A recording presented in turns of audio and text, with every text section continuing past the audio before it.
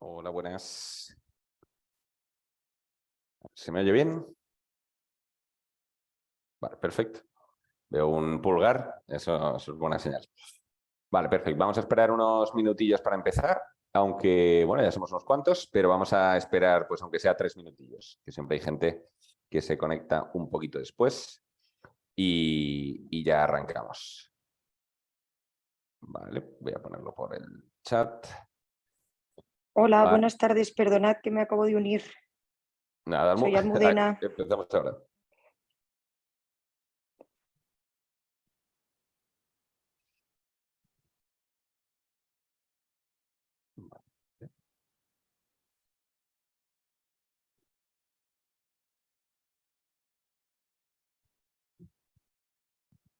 Vale.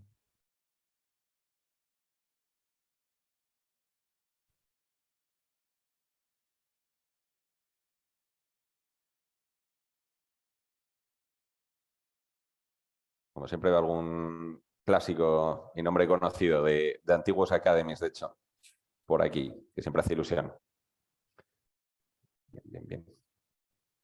Vale, pues nada, un par de minutillos más y arrancamos. Ya estamos 26, pero bueno, había más inscritos, entonces bueno, pues esperamos un par de minutillos y ya arrancamos. No, mira, desde Chile. Sí, señor. Bien, bien, bien. Vale.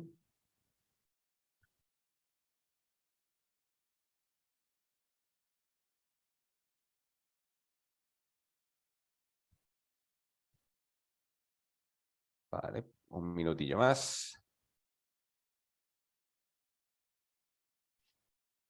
Voy a poner el fondo de Academy, que siempre queda aquí. Vale, perfecto. Vale, pues un minutillo más y ya empezamos.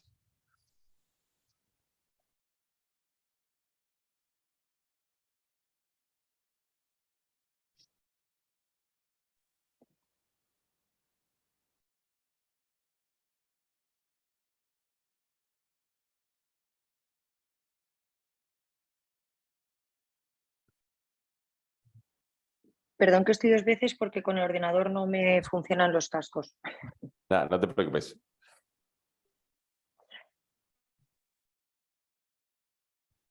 Vale, pues vale, ya son y 3. Seguro que algunos se conecta desde ahora, pero yo creo que ya podemos ir arrancando y por no ir retrasando.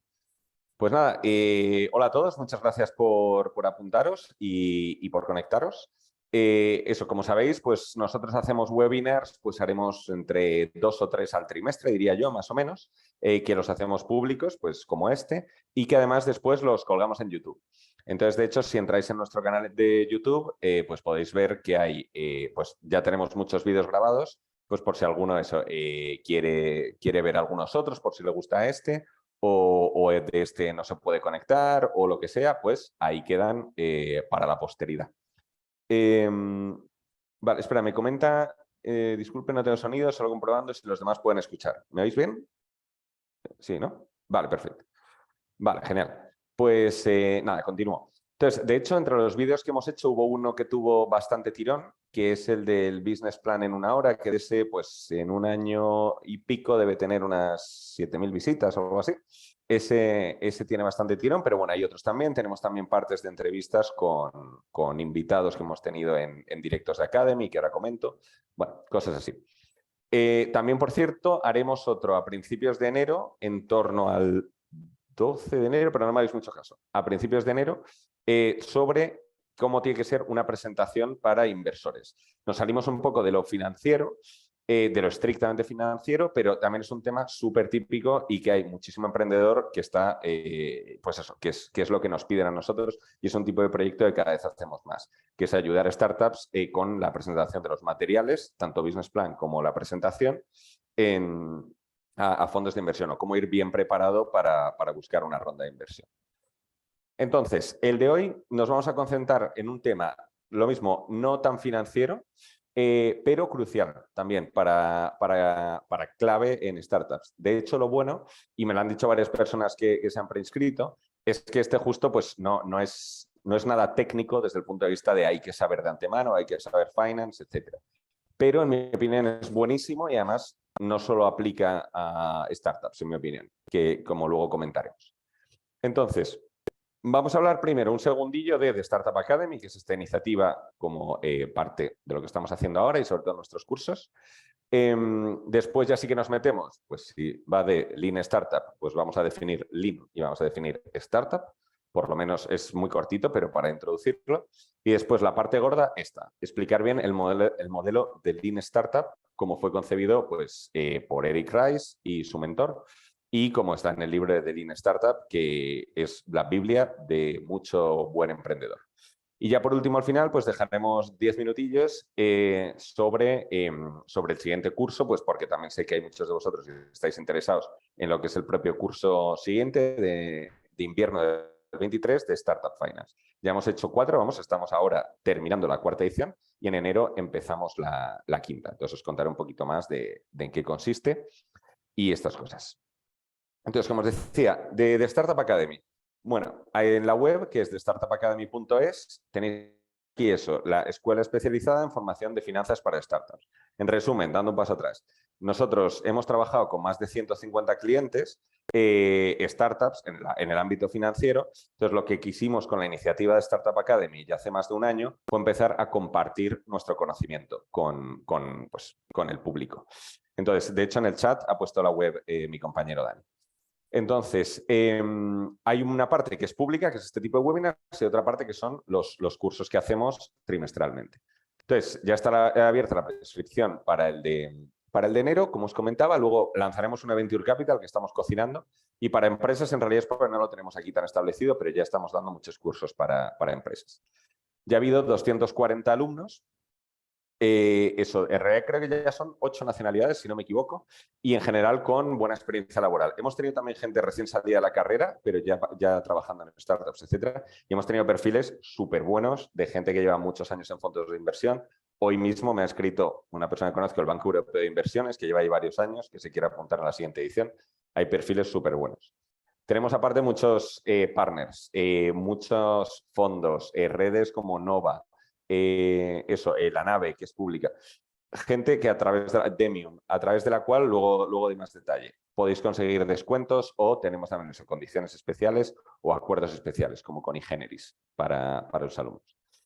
Y nada, eso, bueno, tenemos aquí también sección de feedback, etcétera. Os doy más detalles al final de lo que son los contenidos del propio curso y detalle del propio curso.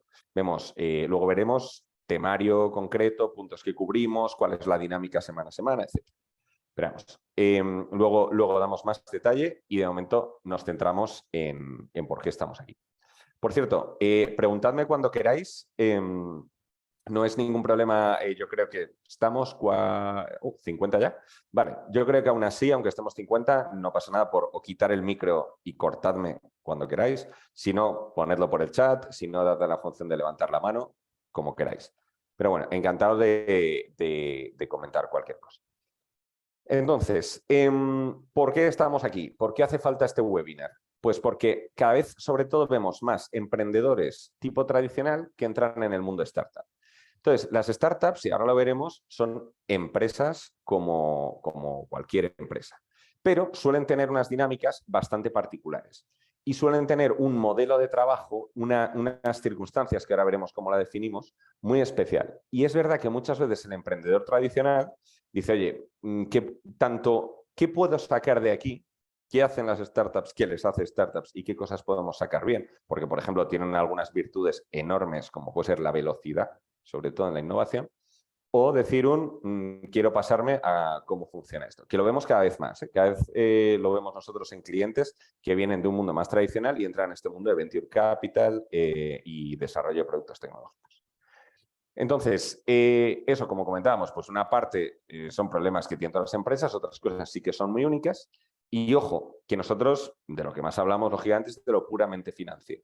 Pero equivocarse en el planteamiento estratégico, en el planteamiento de la propia innovación, en el planteamiento de crecimiento, es lo que puede distinguir el éxito del fracaso totalmente. Entonces, por eso consideramos que hay que dar un poco este pasito atrás y, de hecho, en el curso completo de Academy es uno de los primerísimos vídeos, la parte de profundizar en el método de Lean Startup. Hacemos una introducción sobre startups y luego ya cada vez nos vamos poniendo más financieros, como es lógico.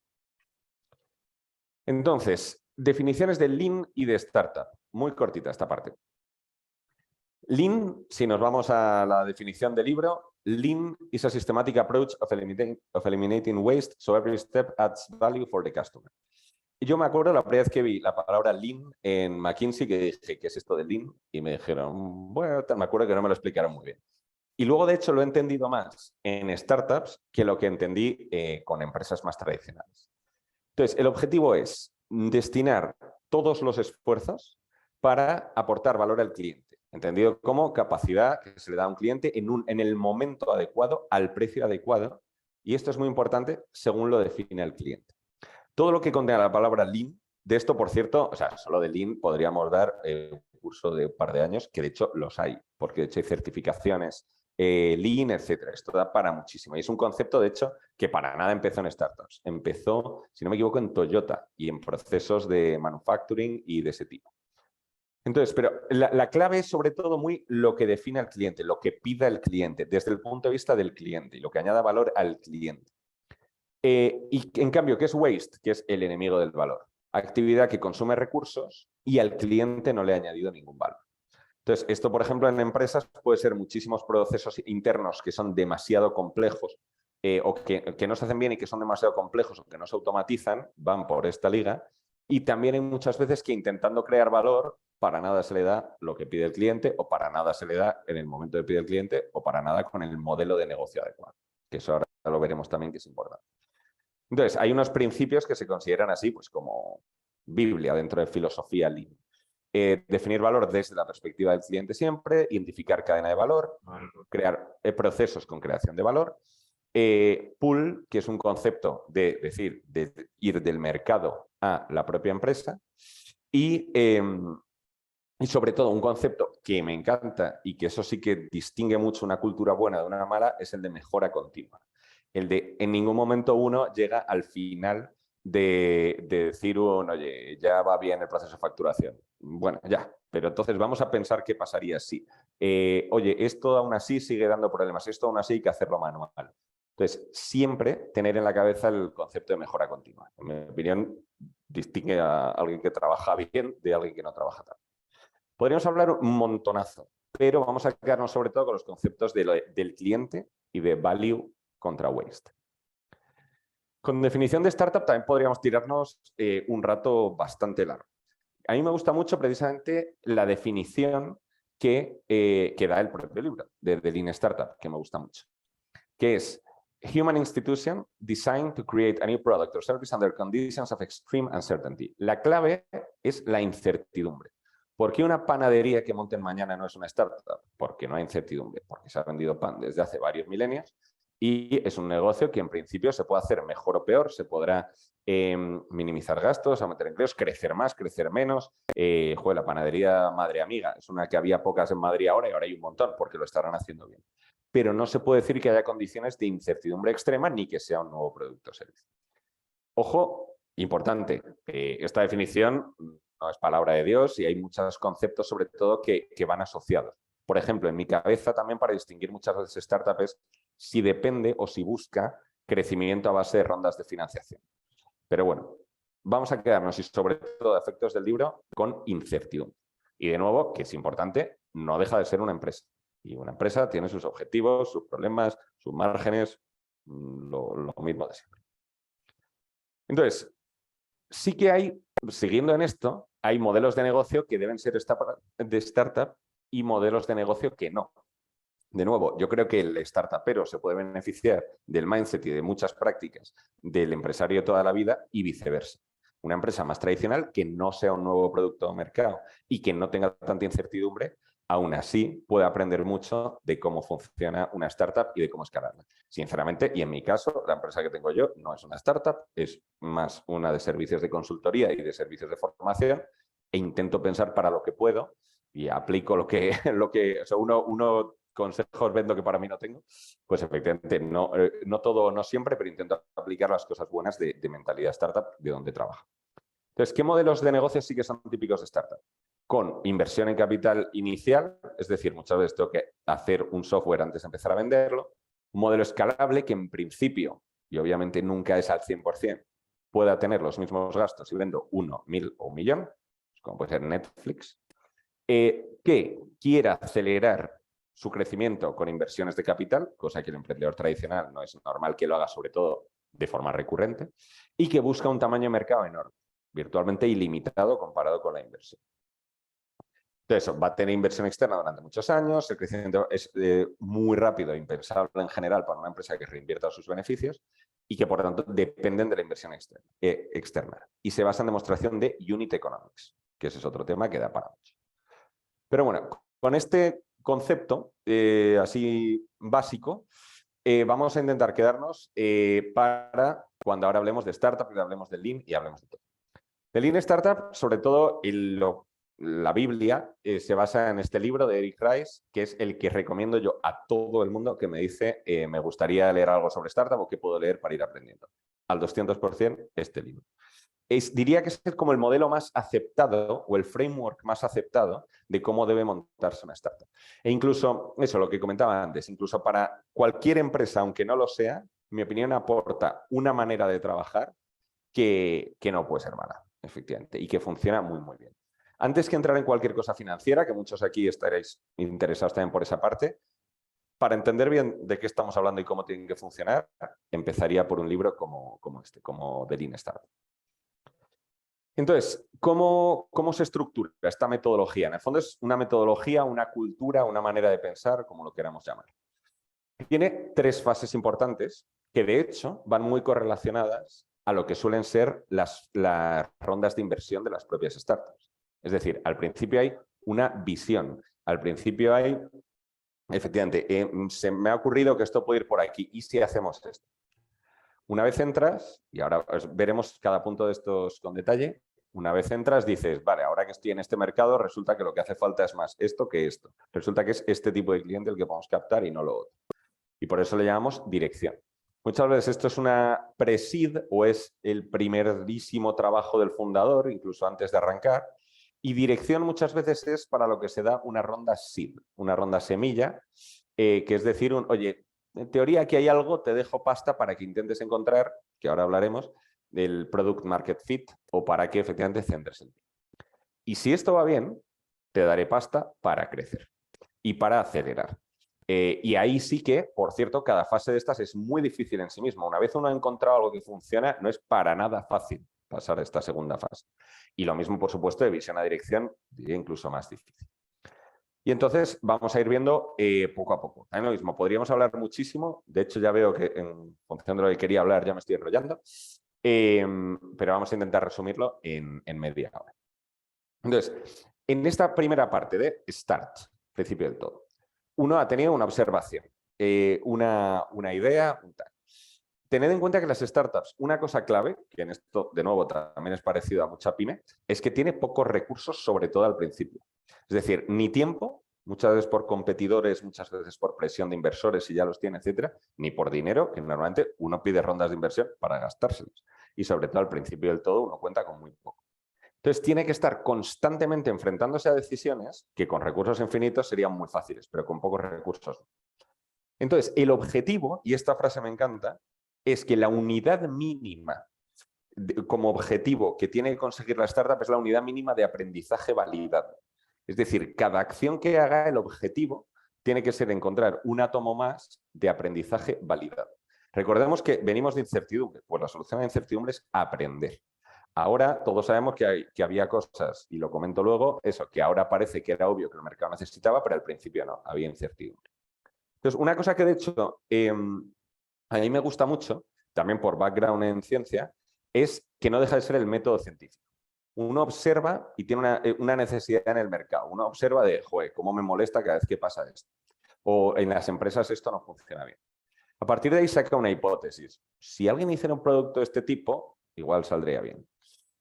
Experimento. Vamos a hacerlo. Vamos a medir si hay resultados y después vamos a interpretarlo y tomar decisiones. Esto aplica tanto al conjunto de la startup como a cada acción individual o cada pequeño experimento que ahora veremos del día a día.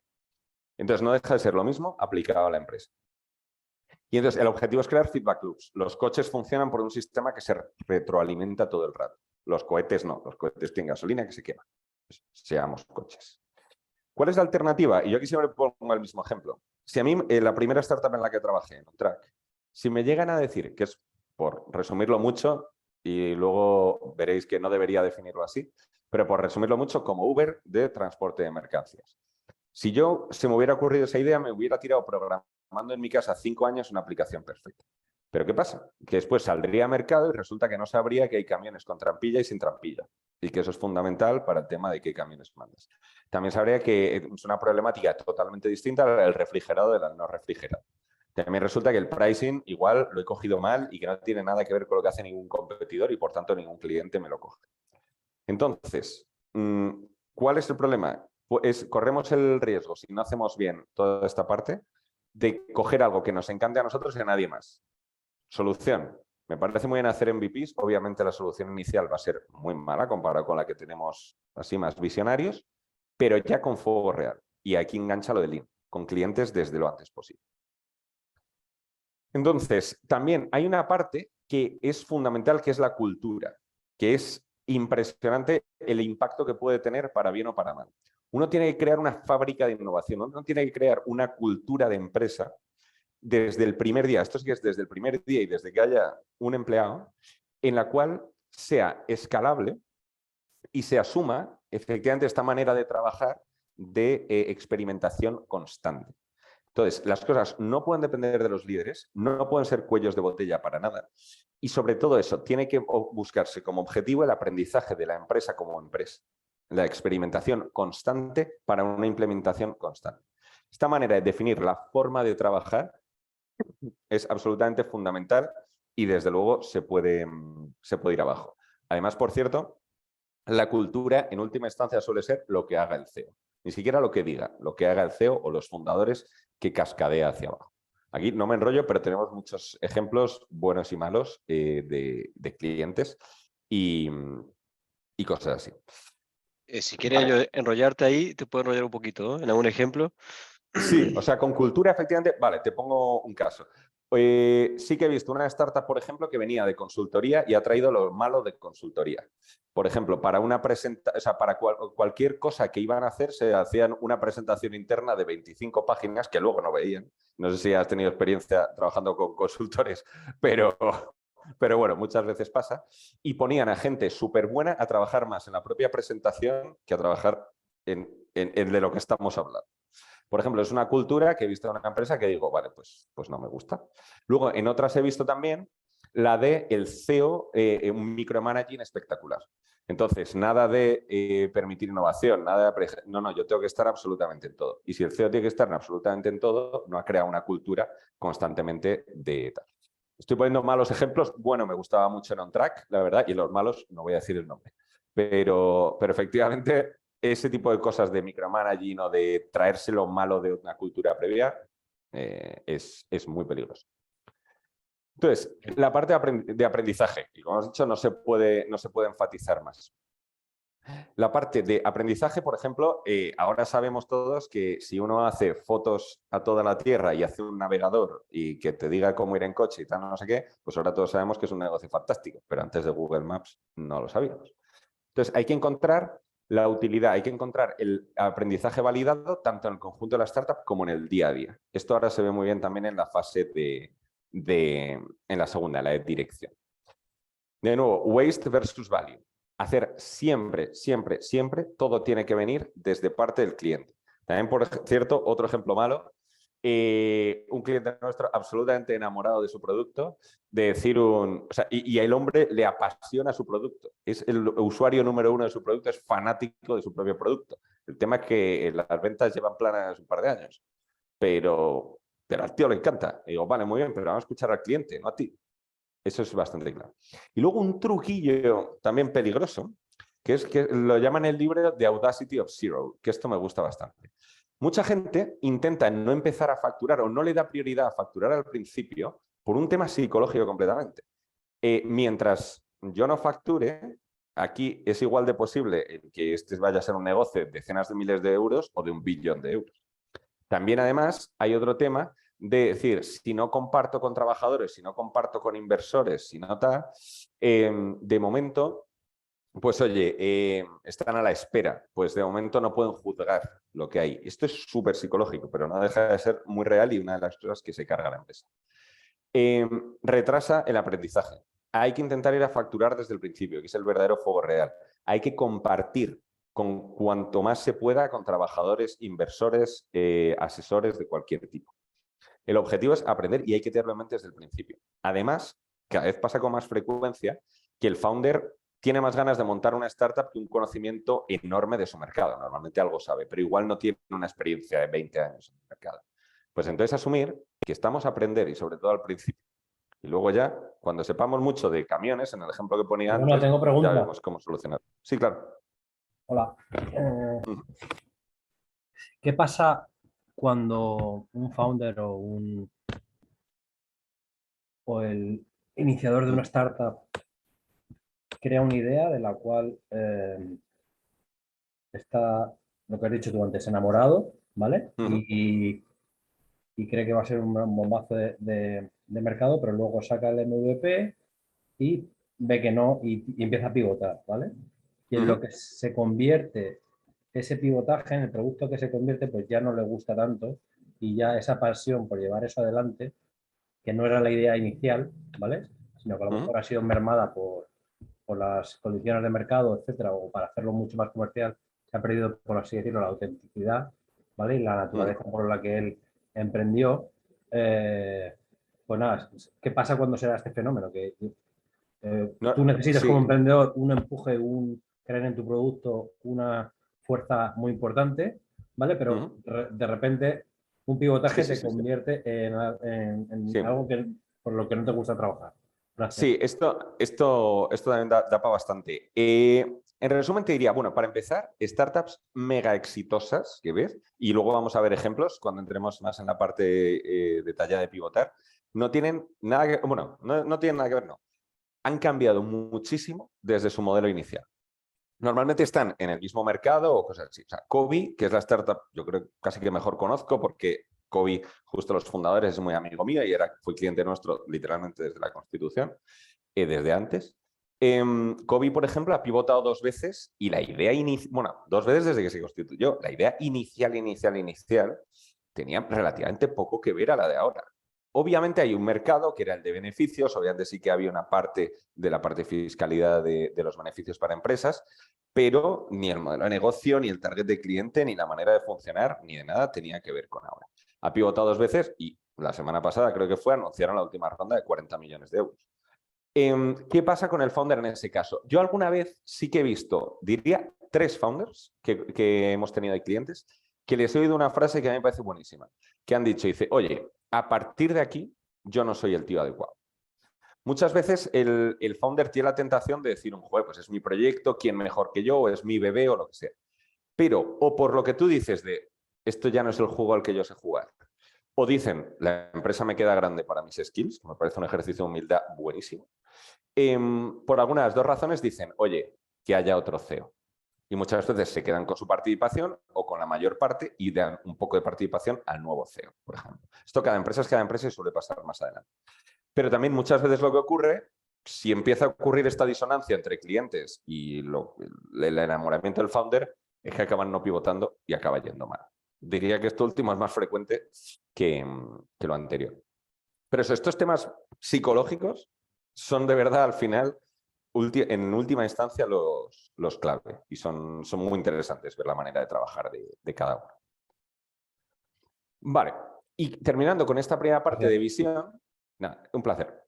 Terminando esta parte primera de visión, experimentar. De nuevo, parte fundamental del método científico. Entonces, al final uno tiene que tener una hipótesis y tiene que hacer un experimento para validar. Entonces, sobre todo y en fases iniciales hay 2 maneras. Si uno tiene que saber qué está buscando testar de verdad. Ahora veremos que si uno no tiene antes pensado un baseline y una medición, no va a funcionar. Una es una hipótesis de valor. Esto aporta valor al consumidor. Esto hay un cliente que va a decir, vale, estoy mejor ahora que antes cuando lo compre. Y otra hipótesis de crecimiento. Es decir, esto va a poder crecer, vamos a saber hacerlo crecer, que es tanto por método de crecer, que luego los veremos como por tamaño de mercado. Y entonces aquí un experimento que, insisto, no lo interpretéis tanto solo como la propia startup, sino como cada decisión de pivotaje pequeña, que ahora lo veremos, es, ¿tienen los consumidores realmente este problema? Muchas veces nos lo han pedido. Eso, ¿este problema pagarían por solucionarlo? ¿Elegirían nuestro producto? ¿Sabemos construirlo? Y de hecho, muchísimas lo que no encuentran es este product market fit, del que es palabra como muy famosa de startup, muy típica, de decir, vale, yo tengo un producto, hay un mercado, pero no estamos enganchando. Porque además, también como veremos ahora, no es solo el producto en sí mismo, es también, por ejemplo, el modelo de negocio. O puede ser el segmento de clientes que estás atacando. Entonces, pueden ser muchas cosas para que hagan que no termine de encajar ese cliente por el que, o sea, ese problema por el que el cliente está dispuesto a pagar y tu producto. Si es que está dispuesto a pagar y si es que ese problema de verdad es tan grande como crees. Si estás haciendo el producto para ti porque te encanta a ti, pues igual los consumidores no tienen este problema, o no muchos.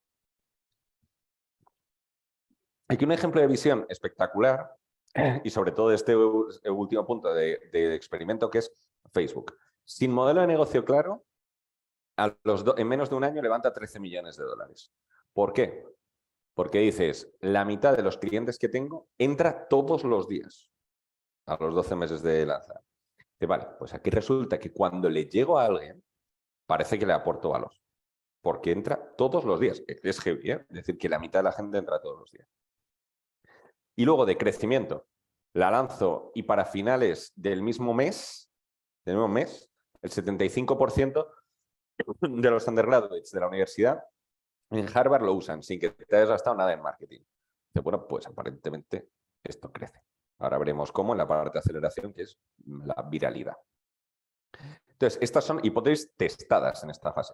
¿Les daría una serie A? Sí, porque efectivamente en esta parte inicial, una SID también depende de los tamaños, pero sobre todo van a levantar una ronda inicial, igual tal vez desde la super inicial.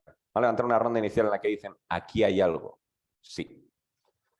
Y entramos en la parte de dirección. Pues, por cierto, también una cosa graciosísima es que mucha gente dice, es que lo importante es la idea, o imagínate qué guay tener esta idea. No, la idea, sinceramente, la tiene muchísima gente simultáneamente. Lo difícil es testar, lo difícil es ponerse, lo difícil es después elegir el camino correcto. Porque la idea es súper general, es 2 frases. Y luego en una empresa hay una cantidad de trabajo espectacular. Entonces, clave, la dirección. Y la dirección para cada pequeña decisión que uno quiera tomar, que es lo que le va a ir cambiando el rumbo poco a poco. Entonces, uno tiene que tener un ciclo súper rápido y un proceso nazi. Y sobre todo, para poder hacer un proceso muy rápido de testeo de ideas, uno tiene que minimizar el tiempo en el que vamos a pasar de idea a construcción, a producto, medición, dato, aprendizaje, ahora vemos eso. Tiene que saber construir un minimum viable product, pero mínimo de verdad. Es decir, si tú quieres testar una nueva religión, no empieces por construir una catedral que te costará, pues no os me gusta una catedral, pero supongo que cientos de millones. Empieza haciendo una web, empieza haciendo un librito que repartes por la calle y si tú ves que la gente efectivamente vuelve al día siguiente, pues entonces ya nos pensamos el siguiente paso, que es una ermita. Y así sucesivamente. Ojo con los productos mínimos viables. No, hacerlo demasiado grande, no hacer de verdad el testeo que te permita saber si ahí hay algo, que puede hacer que aquellos 60.000 euros que te dieron Family, Fools and Friends de Presid se te acaben en 10 minutos. O aquella serie A que parecía tan gorda de 3 millones se te acabe en 6 meses. Y efectivamente buscando siempre y definiendo de antemano los objetivos de aprendizaje que tenemos. Entonces, entramos uno por uno. Test. El Minimum Viable Product puede ser un vídeo explicando el producto. O hay un ejemplo que aparece en el libro que a mí me encanta, que es este de Food on the Table. El ejemplo de Food on the Table me parece que era una startup en Texas de que tú le decías los miembros de tu familia qué les gustaba a cada uno y entonces te dice con los supermercados de tu zona qué tienes que comprar en cada uno y cosas así. Bueno, pues este producto, al principio, tú dices, oye, qué producto más fantástico. A día de hoy, que habrán pasado años, lo tendrán automatizadísimo y será un algoritmo de inteligencia artificial y lo que tú quieras. Al principio, esto eran lo que se suele decir un autómata. Es decir, eran ellos que se iban a los supermercados de la zona con un papel y un boli a apuntar las cosas que había a toda velocidad para decirle a quien sea que haya pedido la compra al día siguiente, a las 24 horas, aquí tienes tu mejor oferta. O había un tío que efectivamente una vez hecho ese trabajo de campo, pero que lo cogía a mano las cosas. Entonces, ese te vale para saber si a la gente le gusta. Resulta que en lugar de hacer la compra eligiendo los productos, que le puede gustar hacer la compra de esa manera, indicando qué le gusta a cada uno y a ver qué sabe. Pues oye, si con eso tan cutre que les cuesta pues, lo que cueste el blog de notas y lo que cueste la plataforma para interactuar con el cliente, pero ningún algoritmo ni ningún nada. Si con eso enganchas ya clientes y creces un poco y tal, ahí hay algo.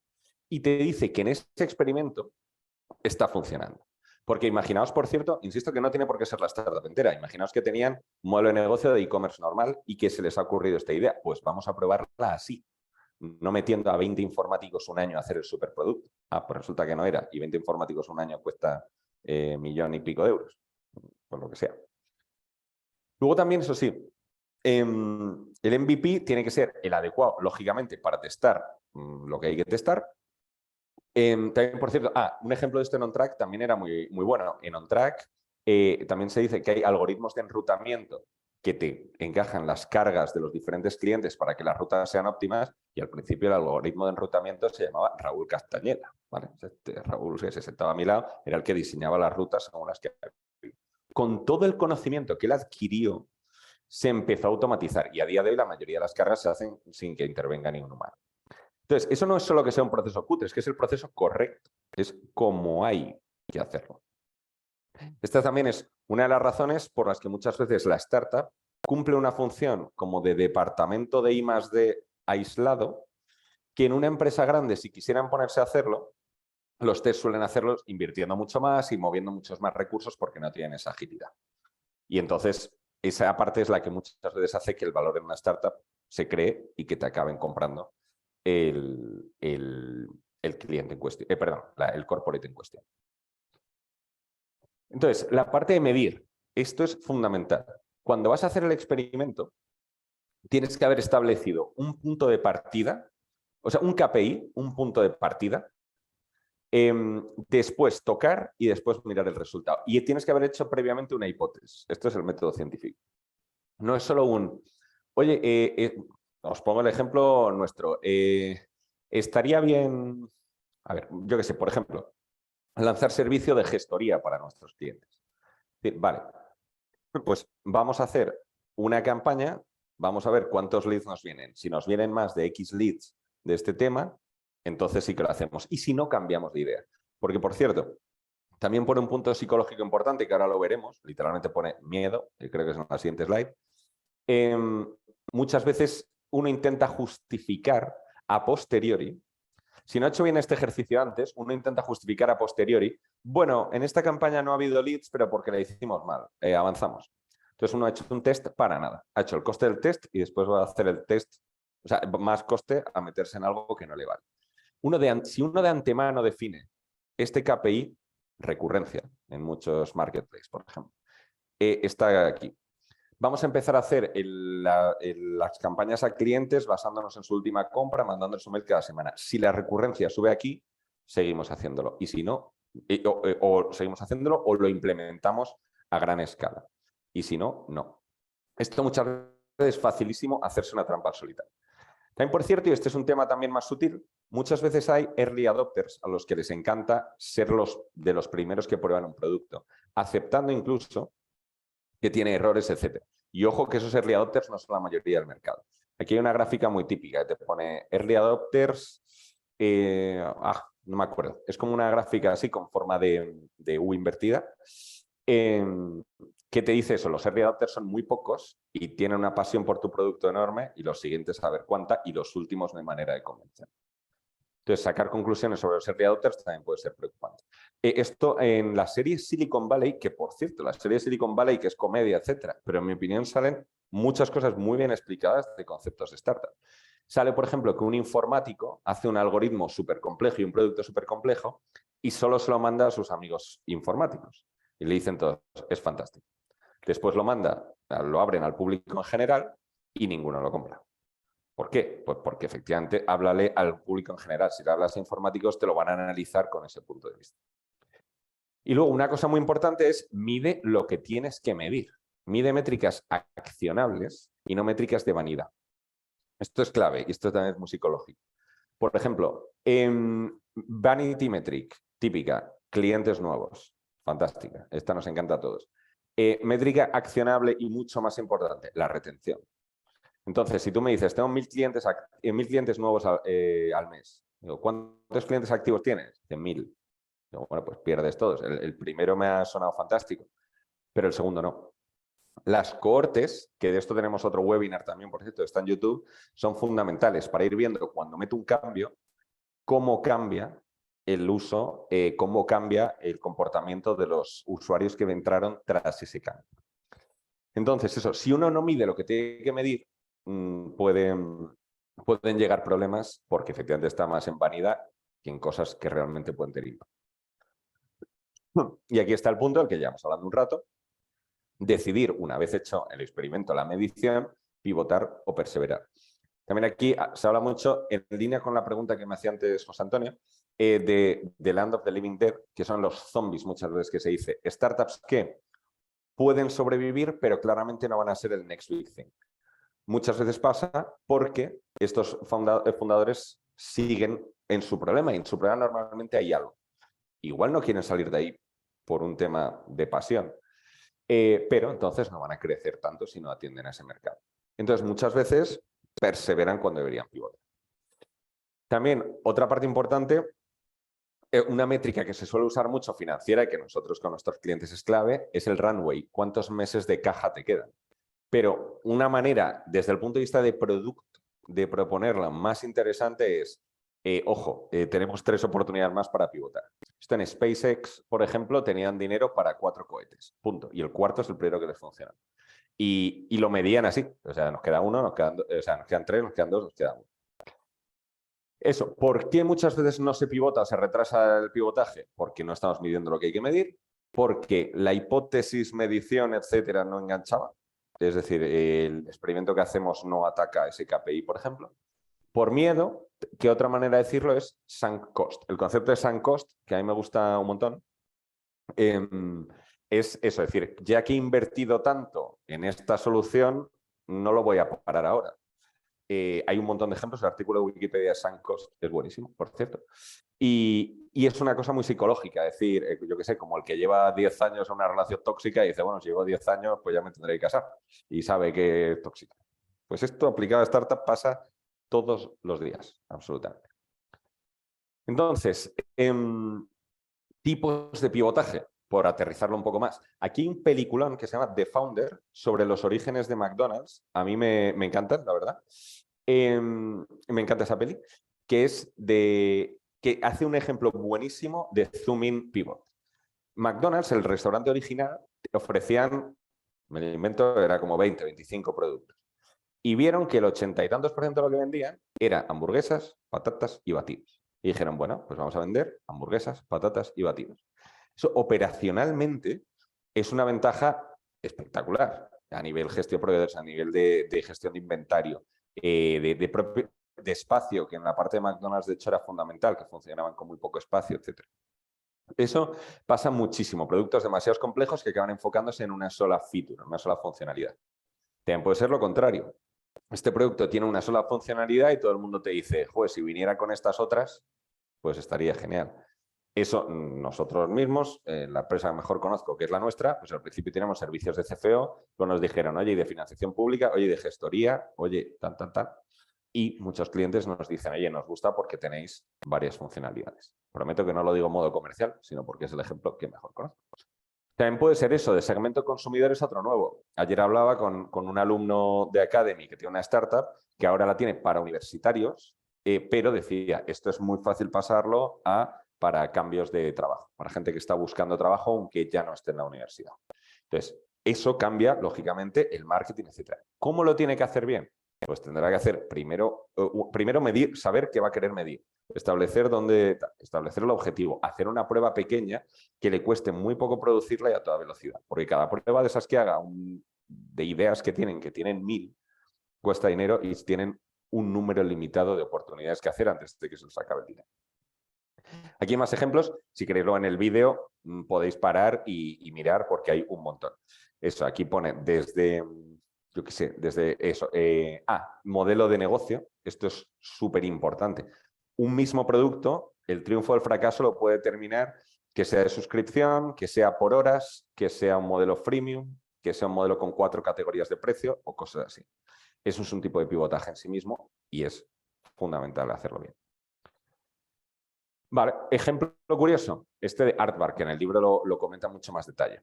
Asistente personal para todo. Te pone ejemplos desde buscar restaurantes a registrarte en algo. Lo habían dividido en diferentes mini productos que cada uno te hacía cosas distintas. Una parte de número de teléfono, una parte de aplicación, bueno, eso, de ratings y recomendaciones, otra de registros. Bueno, pues ¿de qué vive Artbar? De nada de eso.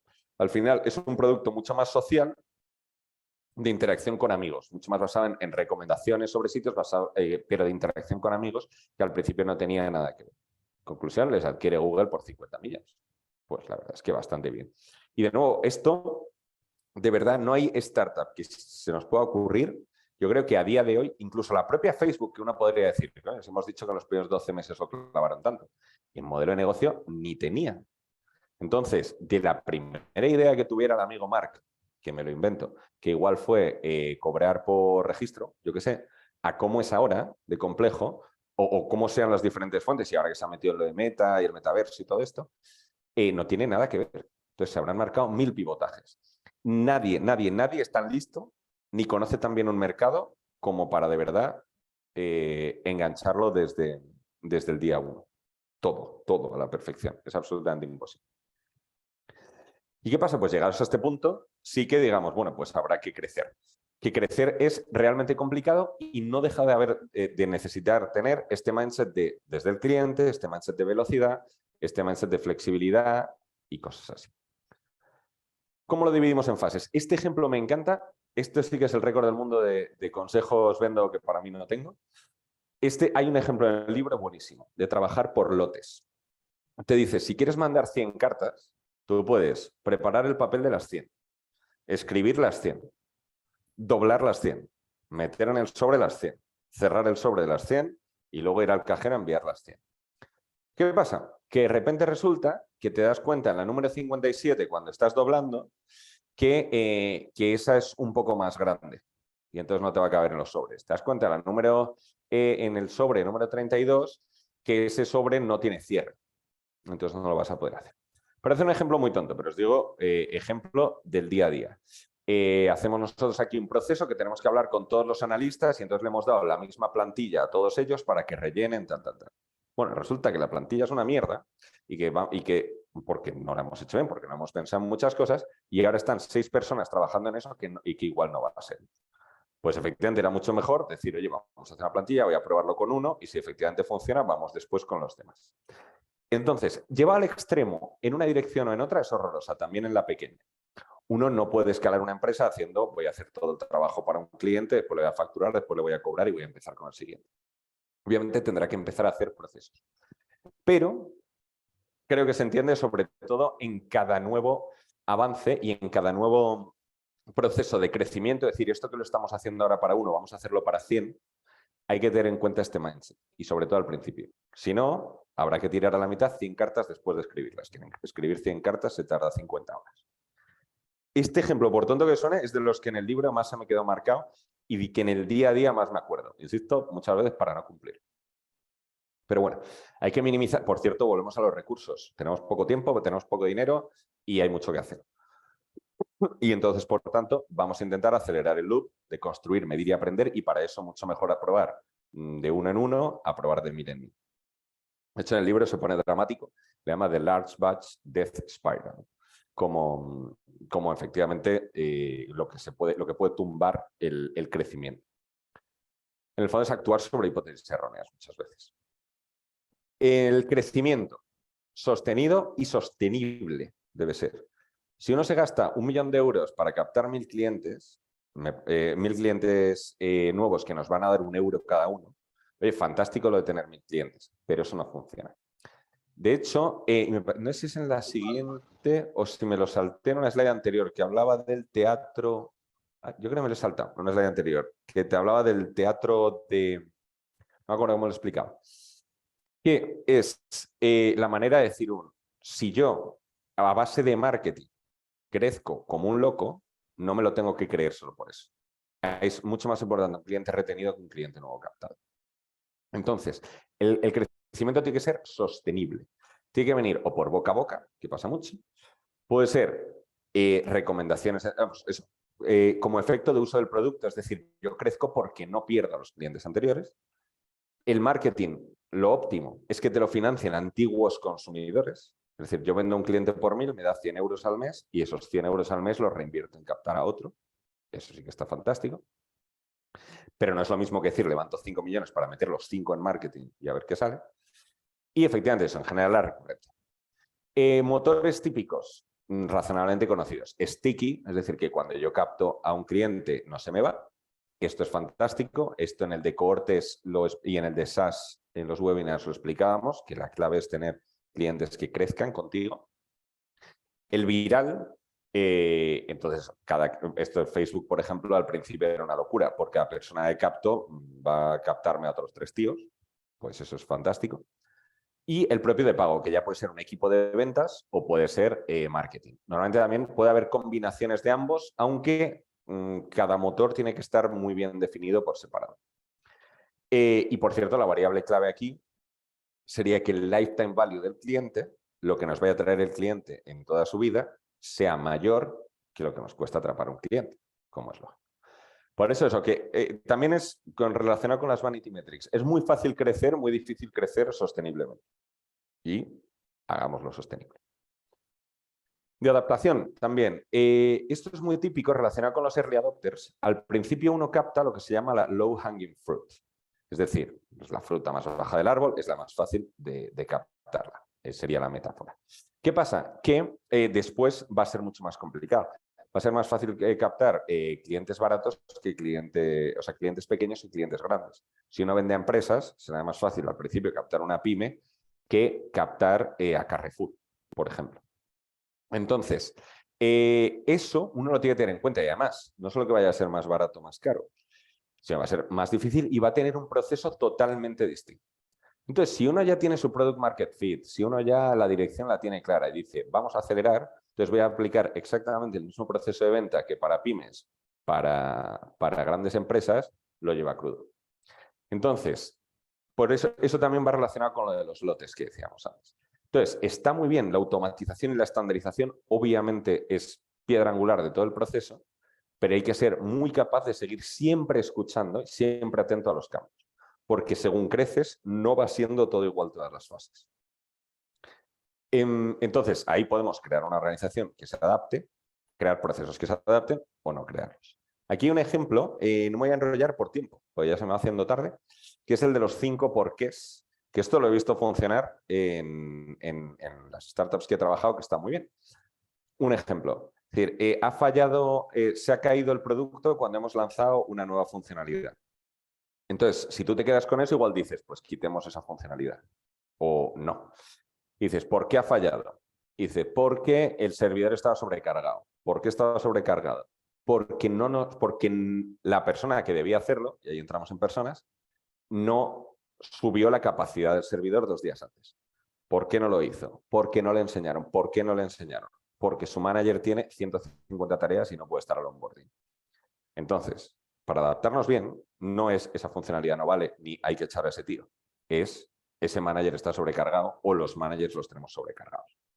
Entonces, este es el tipo de maneras de que hace que durante ese crecimiento donde no todo va siendo igual y donde van saliendo nuevos problemas, se solucione bien. Parece muy happy flower esto, lo he visto funcionar bien, la verdad. Y es crucial para identificar bien los problemas. Y luego, la parte, obviamente, crucial y va muy relacionada con lo que os decía que las startups son el sandbox, el I+D del mundo, en que necesitamos constantemente innovar.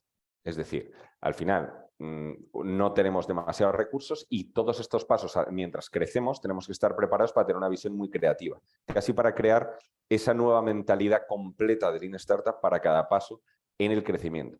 Insisto, esto le pasa a startups súper establecidas como puede ser, yo que sé, Uber, cuando entra en Uber Freight, que es precisamente la parte de mercancías. o Globo cuando entra en la parte de restaurantes, que al principio Globo era puramente mensajería. Lo que sea. En todas, al final tiene que haber esta parte de alineación de intereses entre todo el mundo para ser capaces de mantener una mentalidad innovadora y no atascarse ya y llevar un legacy tan grande por haber crecido tanto de no poder seguir innovando. Cabify, por ejemplo, a mí me gusta mucho que siga haciendo cosas muy chulas, a pesar de que Cabify ahora es un auténtico gigante. ¿Y qué ejemplo tenemos aquí? QuickBooks. Y este es muy interesante, QuickBooks, por ver qué es esta fase de crecimiento la clave. Es decir, QuickBooks, no sé si lo conocéis todos, es uno de los ERPs de gestión de contabilidad, facturas y tal, más grandes del mundo, si no el que más, bueno, quitando SAP, etcétera, pero para pymes o gestorías o tal es absolutamente clave. Entonces, QuickBooks, asumamos ya que tenían completamente el product market fit, que el producto era absolutamente fantástico, que lo tenían encontrado y que ahora el objetivo es crecer. Primero, dices, vamos a hacer el online banking, que ya lo tenemos, vamos a hacer un nuevo sistema para que nuestros clientes lo usen mucho más y fantástico. No funciona. Resulta que el nuevo producto iba más lento. Palman satisfacción del cliente. Vale, vamos a empezar a trabajar distinto para hacer esos nuevos pasos de adaptación, innovación, etcétera. Vamos a hacer equipos pequeños pero con muchas funciones. Vamos a acelerar este proceso. Vamos a empoderar a los equipos para tomar decisiones. Los resultados no mejoran y los equipos además no cambian la cultura. Año 3. Dice, bueno, los equipos no solo que hagan el propio producto, sino también se ocupan de los procesos. Los equipos en torno a ideas claves de una sola frase, súper potentes, alineadas a la estrategia de la empresa. Y sobre todo, vamos a traer clientes desde el primer momento para las nuevas iniciativas para crecimiento. Y con esto funciona. Este ejemplo está súper bien explicado en el libro, ¿eh? Estamos yendo un poco a toda velocidad ahora, pero os lo recomiendo porque está muy bien explicado y al final te das cuenta que es, una vez encontrado todo, te queda muchísimo camino. Y una vez encontrado todo ese camino, hay maneras correctas e incorrectas de trabajar. Y los principios de Lean Startup siguen aplicando absolutamente desde el principio. Entonces, hemos visto cosas muy conceptuales. Yo os recomiendo de verdad, y no lo puedo hacer lo suficiente, en la parte del libro, para muchos que estáis en Startup, pensad que sí y que no. Y en mi opinión, para los que no también, deciden, vale, en esto que puedo aprender sobre esta manera de trabajar que no deja de ser al final, de nuevo, el método científico, que es lo que ha movido el mundo en los últimos 500 años. Entonces, estos últimos minutillos, igual me paso un pelín de hora. Esperamos, os comento del curso de enero de Startup Finance, que como os decía es la 5ª edición. Entonces, es un curso online, completamente online, de 12 semanas, que va a empezar el jueves 26 de enero, con la sesión de presentación.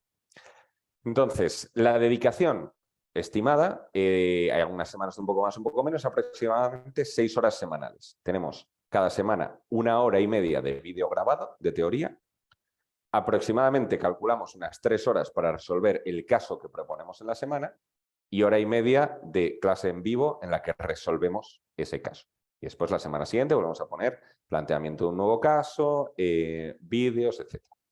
Y es en español, por cierto.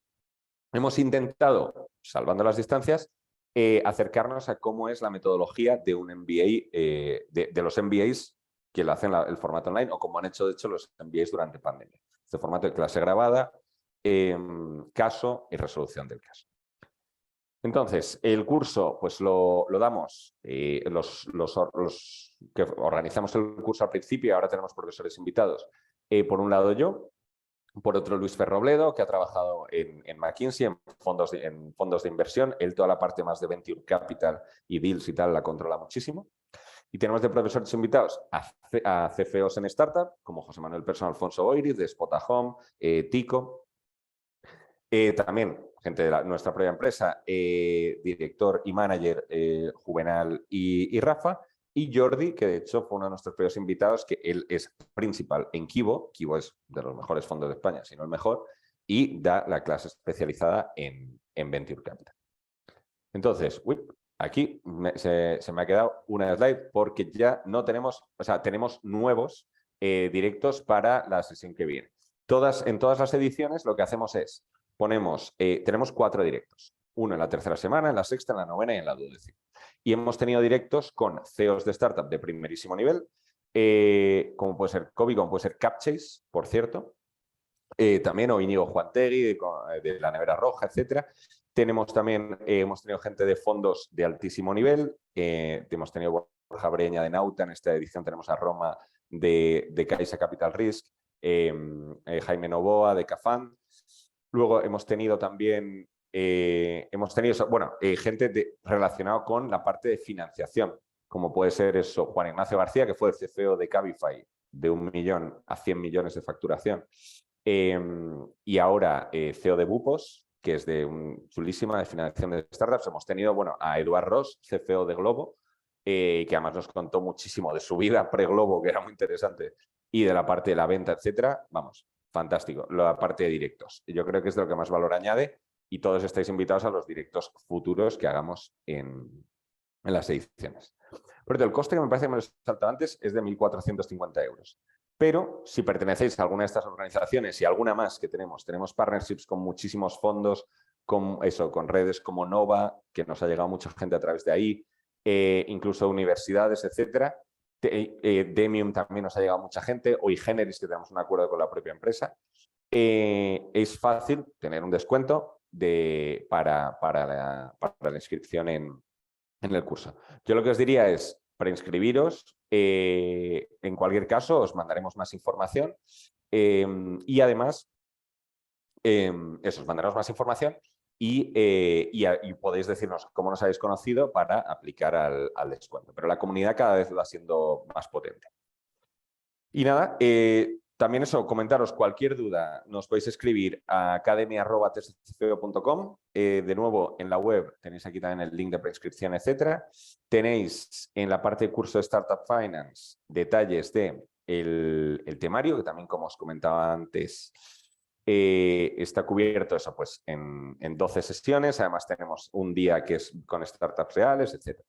Tenemos una parte que es bloque cero, que lo llamamos modelización en Excel, que ayuda un poco al resto del curso. Introducción a startups y finanzas.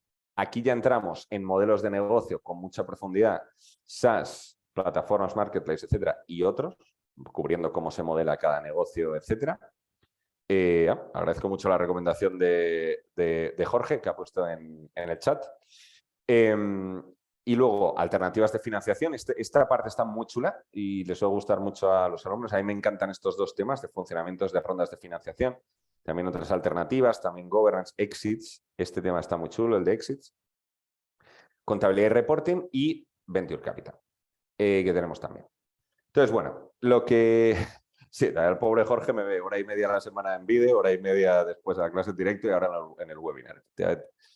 Entonces, eso, yo lo que os diría es, si os preinscribís, os pasamos más información sin ningún tipo de compromiso y nada, pues esperando veros a todos o en otros webinars, que como os decía, el siguiente será a principios de enero, después de Reyes, en la semana siguiente a Reyes, o en el siguiente curso, por supuesto.